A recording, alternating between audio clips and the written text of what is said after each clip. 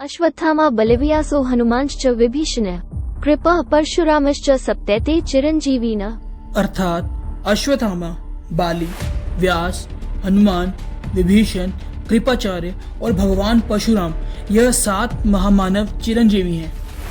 यह मंत्र चिरंजीवी स्तोत्रम का सबसे पहला अंश है, जिसमें इन 7 चिरंजीवियों का जिक्र मिलता है। दोस्तों, पौराणिक कथाओं के अनुसार महाभारत और रामायण काल के 7 लोग ऐसे हैं जो आज भी पृथ्वी पर जीवित हैं। इनके बारे में जानकर आप भी हैरान हो जाओगे। इस कड़ी में सबसे पहले हैं हनुमान जी। त्रेता युग में जब श्री राम जी पर भारी संकट आया था तो हनुमान जी ने भगवान श्री राम जी की हर संभव मदद की थी। फिर चाहे वो सीता जी को खोजकर उनका पता लगाना था या युद्ध में लक्ष्मण जी पर नागपाश अस्त्र के असर को खत्म करने के लिए पूरा का पूरा द्रोणागिरि पर्वत लाना हो, इन्हीं सभी को हनुमान जी ने पूरा किया। ऐसा माना जाता है माता सीता ने हनुमान जी को लंका की अशोक वाटिका में श्री राम जी का संदेश सुनने के बाद हनुमान जी को सीता माता ने आशीर्वाद दिया था कि वे अजर अमर रहेंगे।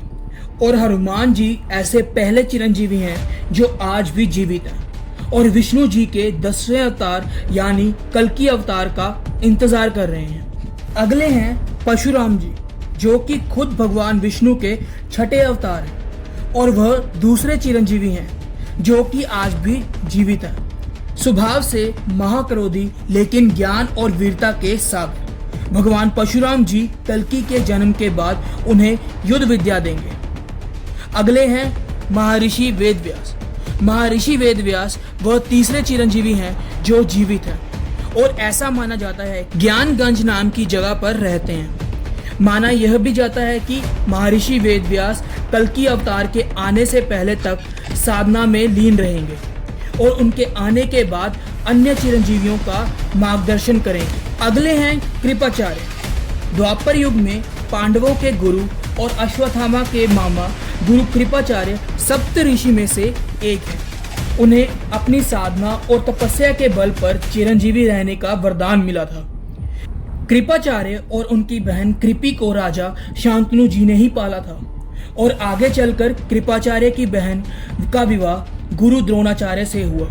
गुरु कृपाचार्य को भगवान कृष्ण से आज्ञा मिली कि युग के अंत तक वह इस मृत्यु लोक पर रहेंगे और कलयुग को जितना हो सके उतना सहनशील बनाएंगे।